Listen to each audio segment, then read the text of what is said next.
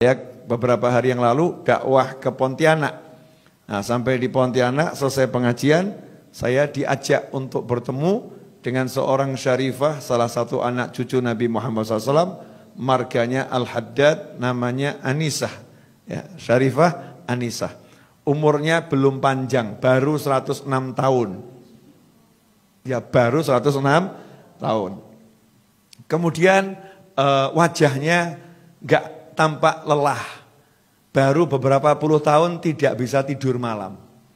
Jadi bahasanya tuh halus, saya kalau malam tidak bisa tidur. Mirip sama ibu-ibu kalau lagi nggak bisa tidur gitu ya. Udah 5 hari saya nggak bisa tidur. Tapi ngapain? Nonton sinetron, ya baca komik, lihat tayangan-tayangan yang ada di media sosial. Sibuk lihat TikTok, IG dan lain sebagainya. Kenapa nggak bisa tidur, cari tidur?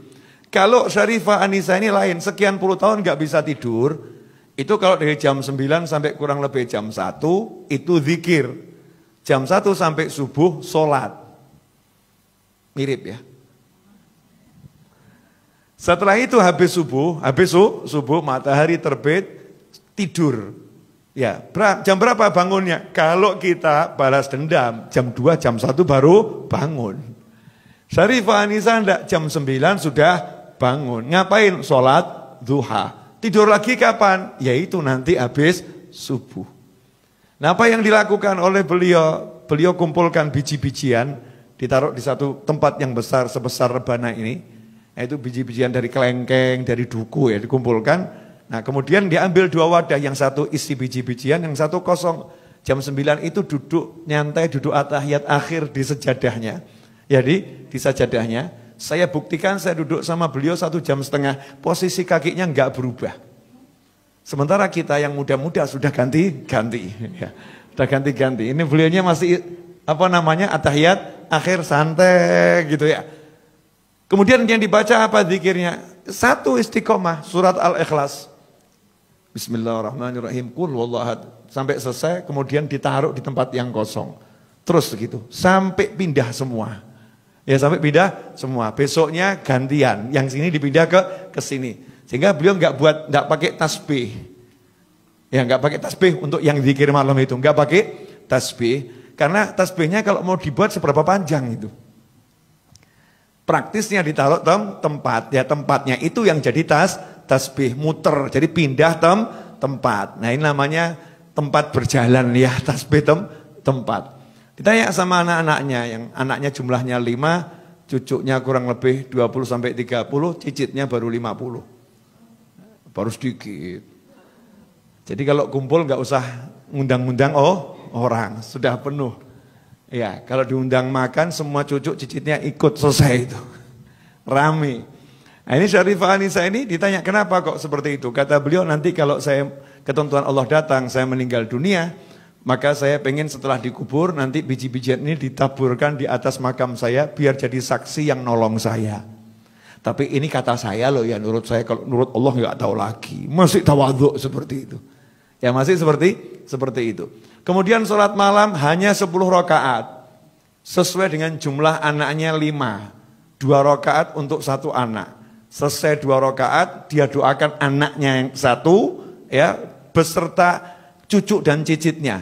Disebutkan namanya satu persatu. Selesai, baru 2 rakaat lagi ganti untuk anak berikutnya dan cucu dari anak itu dan cicit dari anak tersebut. Terus begitu sampai 10 anak, selesainya azan subuh. Dan ini udah puluhan tahun. Hasilnya seluruh anak cucunya nurut dan soleh-solihah. Saya lihat sendiri. Semuanya ahli ilmu, suka sama ilmu, suka sama orang soleh. Kenapa? Tiap malam dizikiri, disolati. Sayangnya ini gak ditiru ibu-ibu, gak ada yang nyolatin suaminya. Bukan di sholat jenazah, bukan loh ya. Gak sholat malam dizikirin, gak. Anak-anaknya gak dizikirin. Sibuk marahin anak, sibuk marahin suami. Nah, ini metode yang saya dapat dari Syarifah Anisah. Semoga Allah panjangkan umurnya dalam segala kebaikan. Kemudian saat saya nanya, minta apa, pengennya apa? Cuman 2 hal. Saya minta sama Allah 2 hal. Nanti kalau ketentuan Allah datang, Ya, saya minta husnul khotimah. Saya bilang, panjang umur apa jeda, Umi panjang umur. Jawabannya, umur saya udah panjang. Sudah lama saya tinggal di dunia. Nah, terus minta apa lagi? Keren tuh jawabannya. Saya banyak baca Al-Quran, banyak baca Al-Ikhlas. Minta sama Allah satu hal. Malaikat Israel itu kan nanti yang ngurusin pencabutan nyawa saya. Itu kan ditugaskan sama Allah. Ya dia ditugaskan sama Allah, tapi dia kan hamba Allah. Saya bilang sama Allah, ya Allah aku minta satu. Nanti kalau Israel datang menjemput aku, dia harus sopan sama aku.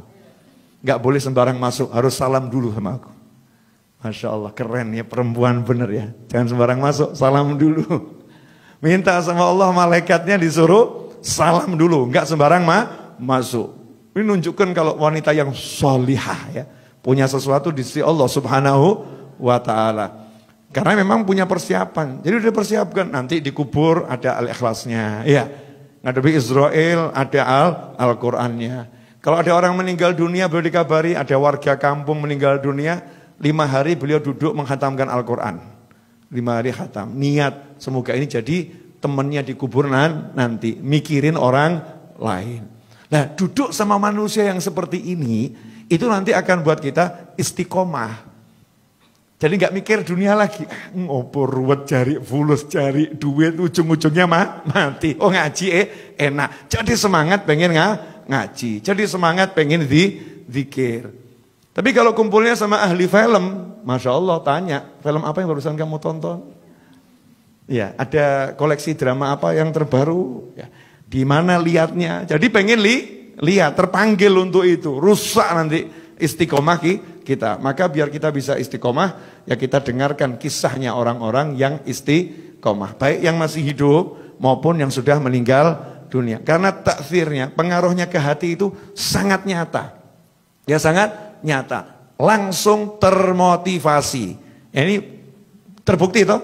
Antum semua kan tiba-tiba jadi semangat ya, muncul, mau begini, dan lain sebagainya. Kemudian Sarifah Anisah ini minta sama Allah agar tidak meninggal di rumah sakit. Makanya beliau, saya nggak mau masuk rumah sakit, saya nggak mau direpotkan dan tidak mau merepotkan.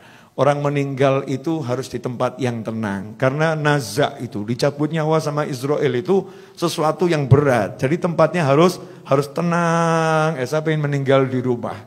Makanya saya nggak keluar kemana-mana. Jadi hidupnya nunggu Israel alaihissalam. Tapi nunggunya sama sholat ngaji. Sementara kita belas nggak nunggu. Ya, nggak nanti. Padahal itu pasti. Nggak punya persiapan khusus ya. Persiapan apa untuk menghadapi Israel alaihissalam? Ya minimal kalau nyebut nama malaikat Israel sebut alaihissalam. Kita kirim salam terus, untuknya salam. Nanti kalau datang kepada kita ya assalamualaikum dulu gitu ya. Lah nggak pernah dikasih salam ya, tahu-tahu masuk aja itu. Tapi kalau kita sering kasih salam ya Israel alaihissalam, insyaallah nanti Allah izinkan kita kelak setelah panjang umur fitaatillah meninggal husnul khotimah, dijemputnya dengan cara yang indah, yang bagus, yang baik. Jelas semuanya? Ya, jadi kumpul ya, cari kisah-kisah orang-orang yang ahli istiqomah. Itu akan membangkitkan semangat kita untuk istiqomah. Dan salah satu amal yang kita harus paksakan istiqomah karena itu mudah adalah sholawat. Sholawat. Paling sedikit 10 di pagi hari, 10 di sore hari. Paksakan itu.